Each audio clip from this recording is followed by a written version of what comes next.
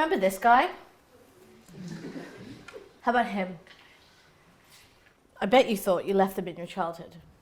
Well, gremlins are real, and it's about time we all started talking about them.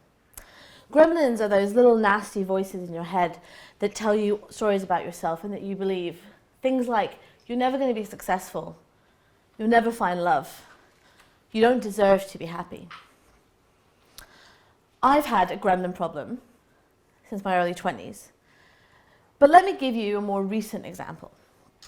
When I was asked to give this talk, I was hugely excited. I mean, I'm a TEDx organizer, and I know what a big privilege it is to be asked to give a talk like this. But it wasn't long before my gremlins spoke up. You're going to give a TEDx talk? Really? What are you going to talk about? No one wants to hear what you have to say. And anyway, I mean, if you fail and embarrass yourself, which you probably will, none of your speakers will ever trust you again. That's pretty much how my gremlins have sounded for the last 10 years. Now, I've tried to fight back. First, I thought, I'm going to give them a high-pitched voice, like they've inhaled a bunch of helium. Because how can you take anything seriously that sounds like this? But the helium wore off, and the voices were as loud as ever. So I thought, you know what, I'm just going to reason with them. I'm going to prove to them that they're wrong. But the gremlin said, yeah, okay, maybe you have been successful from here and there, and maybe you are smart, but the truth is, you're not smart enough. You're not good enough. And that was it. That one word, enough. And there was nothing I could do. That was their ace. So I thought, if I can't beat them, I'm just going to lock them up and push them to the back of my mind and try to ignore them. Now this worked most of the time, except when I was feeling stressed or nervous or low on energy, and then they would break through and pipe up and be as horrible as ever. A little while later, I came across an article about imposter syndrome. Now, imposter syndrome is that feeling you have when you feel like you're a fraud, when you feel like one day someone's going to find you out, when they're going to tap you on the shoulder and say, hey, you don't know what you're doing here, get out. It's when you feel like you can't do something, even when there's evidence that you can. Now, imposter syndrome was first defined in 1978 by Clance and Eames, and more recently, in 2010, Jarrett put together a definition using these three components. Imposter syndrome pops up all over the place, like when you're about to start a new job, or maybe when you're starting university or a PhD program, even when you're asked to do some public speaking. And the thing is, imposter syndrome has been known by lots of names: imposter phenomenon and the fraud police. Originally, the research focused on women, and it seemed to say that high-achieving women were more likely to feel this way than men. However, more recently, the research seems to show that it's much more widespread than that, and both men and women feel this way. The other thing about imposter syndrome is that it lets you dismiss the evidence. It lets you attribute any kind of success or achievement to luck or someone else doing you a favor. It means that you're constantly trying to prove yourself, raising the bar higher and higher, which is why it's often spoken about with high-achieving people.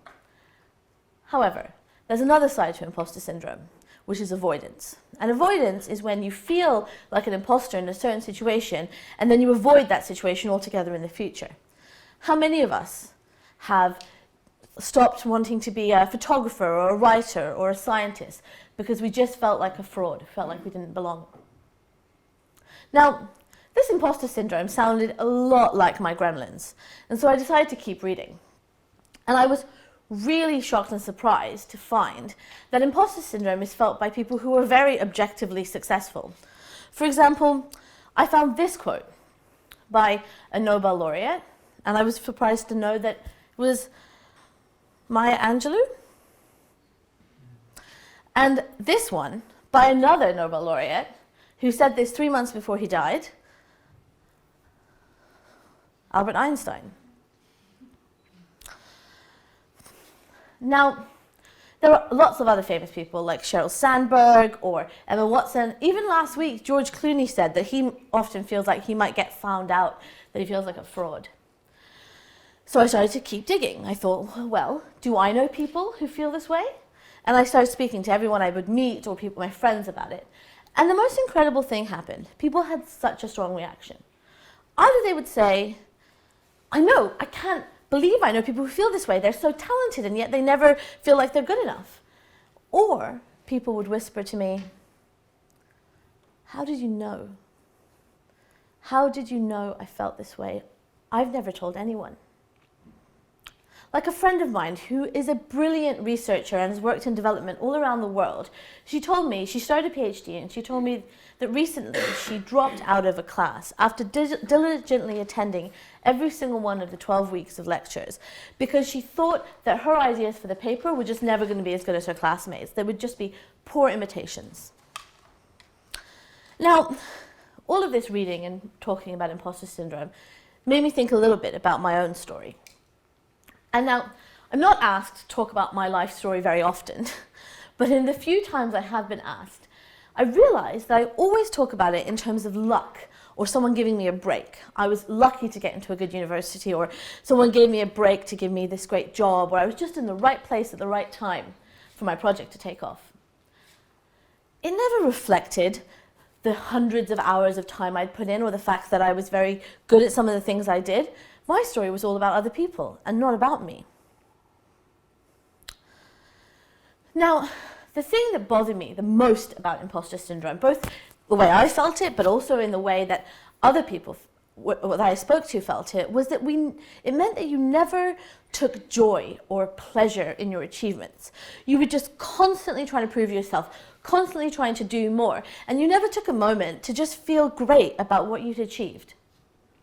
And so, spurred on by this and by all the stories I'd heard, I thought, I'm going to write a book about imposter syndrome and my friends' experiences. That was my first thought. My second thought was, I can't write a book.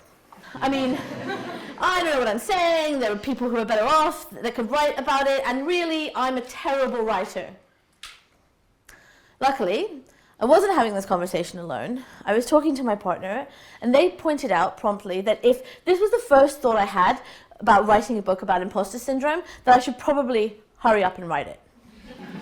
So, they say that if you want to commit to something, you should make it a public announcement, a public commitment to it. So this is my public commitment.